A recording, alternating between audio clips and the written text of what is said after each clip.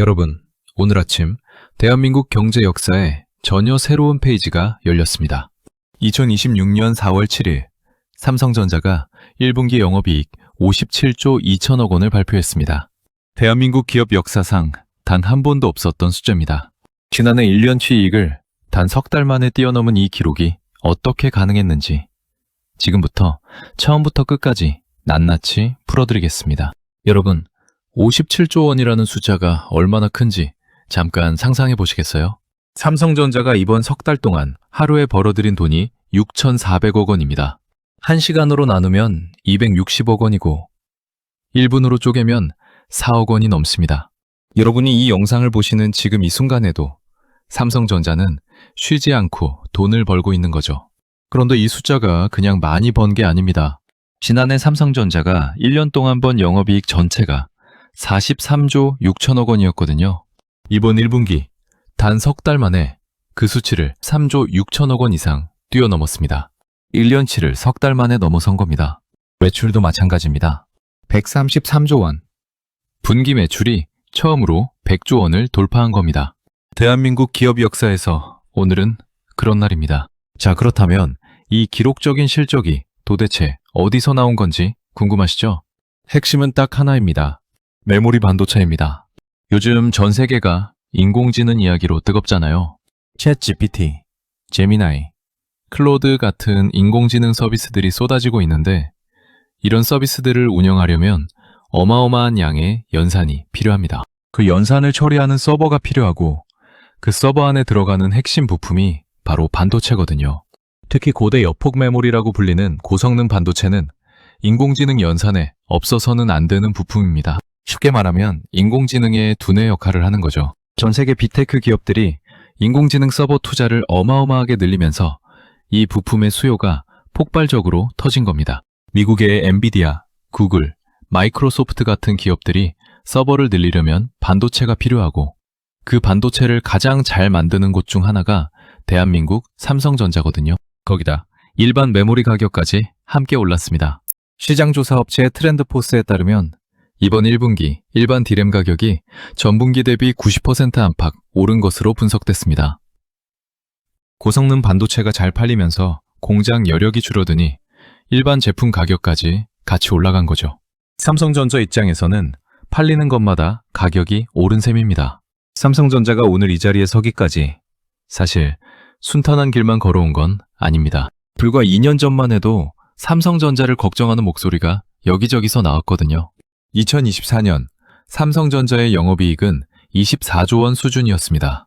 그해 메모리 반도체 시장은 공급 과잉과 수요 둔화가 겹치면서 혹독한 시간을 보냈습니다. 특히 고대 역폭 메모리 분야에서 경쟁사인 SK하이닉스에 선두를 내준 것이 뼈아팠습니다. 당시 엔비디아가 인공지능 반도체에 들어가는 고대 역폭 메모리 주요 공급사로 SK하이닉스를 선택했고 삼성전자는 품질 검증에서 뒤처지는 모습을 보이며 시장에서 적잖은 충격을 받았죠. 주가도 흔들렸고 위기론도 불거졌습니다. 하지만 삼성전자는 멈추지 않았습니다. 연구개발 투자를 오히려 늘리면서 기술력 회복에 집중했습니다. 2025년 들어 실적이 반등하기 시작했고 4분기에는 영업이익이 20조 원을 넘어서며 분기 기준 최고치를 기록했습니다. 그리고 2026년 1분기 57조 원이라는 숫자로 완전한 귀환을 알린 겁니다. 쓰러질 것 같았던 그 시절을 버텨낸 결과가 오늘의 기록으로 돌아온 거죠. 이번 실적 발표에서 또 하나 주목해야 할 장면이 있습니다. 바로 엔비디아와의 관계입니다. 엔비디아는 지금 전 세계 인공지능 반도체 시장을 사실상 이끌고 있는 미국 기업입니다. 그래픽 처리 장치, 즉 GPU라는 부품을 만드는 회사인데 인공지능 연산에 이 부품이 핵심적으로 쓰이면서 회사 가치가 수직 상승했죠. 그런 엔비디아가 삼성전자의 6세대 고대역폭 메모리를 선택했습니다. 삼성전자가 올해 업계에서 처음으로 엔비디아의 이 제품을 양산 출하한 것으로 전해집니다. 쉽게 말하면 전 세계 인공지능의 두뇌를 만드는 회사가 대한민국 삼성전자의 부품을 선택한 겁니다. 여기서 끝이 아닙니다.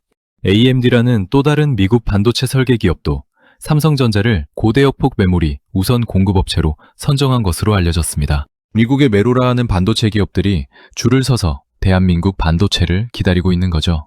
이게 단순한 거래가 아닙니다. 인공지능 시대의 기술 지형에서 삼성전자가 핵심 파트너 자리를 차지했다는 의미거든요. 아무나 할 수 있는 일이 아닙니다. 자, 이쯤 되면 전 세계 기업들과 비교해 보고 싶으시죠? 이번 삼성전자의 57조 원. 세계 무대에서는 어느 정도 수준일까요? 분기 영업이익으로 이 수준을 내는 기업은 전 세계에 손에 꼽습니다. 엔비디아와 마이크로소프트 정도가 비슷한 규모의 분기이익을 내왔는데 이번 삼성전자의 수치는 그 어깨에 나란히 설 수 있는 수준이라는 평가가 나오고 있습니다. 대한민국 기업이 실리콘밸리의 빅테크와 같은 줄에 서게 된 겁니다. 특히 반도체 부문만 따로 보면 영업이익이 50조 원을 돌파한 것으로 추정되는데 이건 단일 사업 부문으로서 국내 기업 역사상 전례가 없는 수치입니다. 물론 파운드리와 시스템 반도체, 가전 분야는 아직 갈 길이 있고 이번에도 적자나 부진이 이어진 것으로 알려졌습니다. 하지만 메모리 반도체 하나가 이 정도 실적을 내고 있다면 나머지 사업이 살아날 때 어떤 숫자가 나올지는 상상만 해도 가슴이 뜨겁습니다. 지금 삼성전자가 서 있는 위치는 대한민국이 기술 강국으로서 세계 무대에서 인정받고 있다는 증거이기도 합니다. 이번 실적이 더욱 인상적인 이유가 하나 더 있습니다. 전문가들조차 예측을 크게 빗나갔다는 점입니다. 발표 전 국내 주요 증권사들이 예측한 삼성전자 1분기 영업이익은 37조 원에서 40조 원 수준이었습니다. 시장에서 가장 낙관적인 전망을 내놨던 곳도 50조 원 초반을 예상했죠. 그런데 실제로 발표된 숫자는 57조 2천억 원이었습니다. 가장 높은 예상치보다도 7조 원 가까이 더 나온 겁니다. 이걸 금융용어로 earning surprise, 즉 깜짝 실적이라고 부릅니다. 그런데 이번 경우는 그냥 깜짝 실적이 아닙니다. 전문가 집단의 눈을 완전히 뒤집어버린 수준이었습니다. 그만큼 메모리 반도체 시장이 예상보다 훨씬 빠르게 달아오르고 있다는 의미이기도 하고 삼성전자의 실행력이 시장의 기대 이상이었다는 뜻이기도 합니다. 실적 발표 직후 주가도 즉각 반응했습니다. 초반 약 3% 가까이 오르며 19만 원 선을 회복했고 코스피 전체도 반도체 대형주 강세에 힘입어 상승 출발했습니다. 시장이 이 숫자를 어떻게 받아들이는지 그 반응 자체가 이번 실적의 무게를 말해주고 있는 거죠. 여러분, 잠깐 뒤를 돌아보겠습니다. 삼성전자라는 이름 뒤에는 50년이 넘는 대한민국의 역사가 있습니다. 삼성전자가 반도체 사업을 시작한 건 1980년대 초반입니다.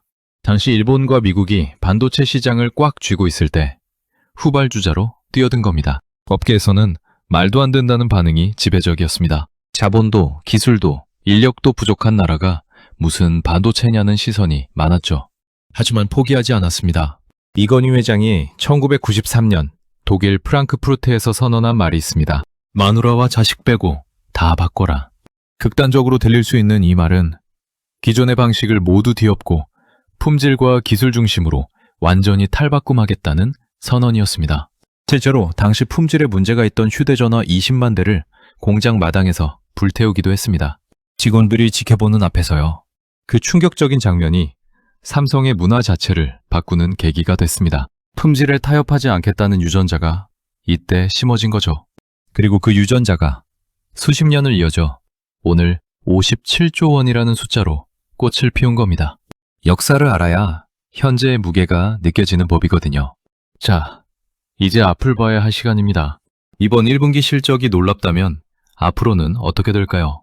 여러 증권사와 시장 전문가들은 이번 실적이 정점이 아니라 시작일 수 있다고 보고 있습니다. 인공지능 인프라 투자는 올해뿐 아니라 수년에 걸쳐 계속 늘어날 가능성이 높거든요. 전 세계 빅테크 기업들이 인공지능 데이터 센터에 쏟아붓는 투자 규모는 매년 수백조 원 단위입니다. 그 투자가 계속되는 한 메모리 반도체 수요도 이어질 수밖에 없습니다. 삼성전자 역시 올해 연구개발비를 1분기 기준 역대 최대인 9조 원을 기록하며 미래 준비를 멈추지 않고 있습니다. 파운드리 분야에서는 이 나노공정 양산 안정화를 추진 중이고 차세대 메모리 기술 개발도 계속되고 있습니다. 물론 변수는 있습니다. 글로벌 무역 갈등, 관세 문제, 경기 둔화 우려가 여전히 남아있거든요. 삼성전자도 공식적으로 거시경제 불확실성으로 향후 실적 예측이 어렵다고 밝힌 바 있습니다. 섣부른 낙관보다는 냉정한 시선이 필요한 시점이기도 합니다. 하지만 분명한 건 하나입니다. 오늘 이 순간 대한민국의 기업이 전 세계 누구도 해내지 못한 기록을 썼습니다. 잿더미에서 시작한 나라가 인공지능 시대의 핵심 무대 한가운데 서 있습니다. 여러분이 살고 있는 이 나라의 이야기입니다. 오늘 하루 조금 자랑스러워 하셔도 됩니다.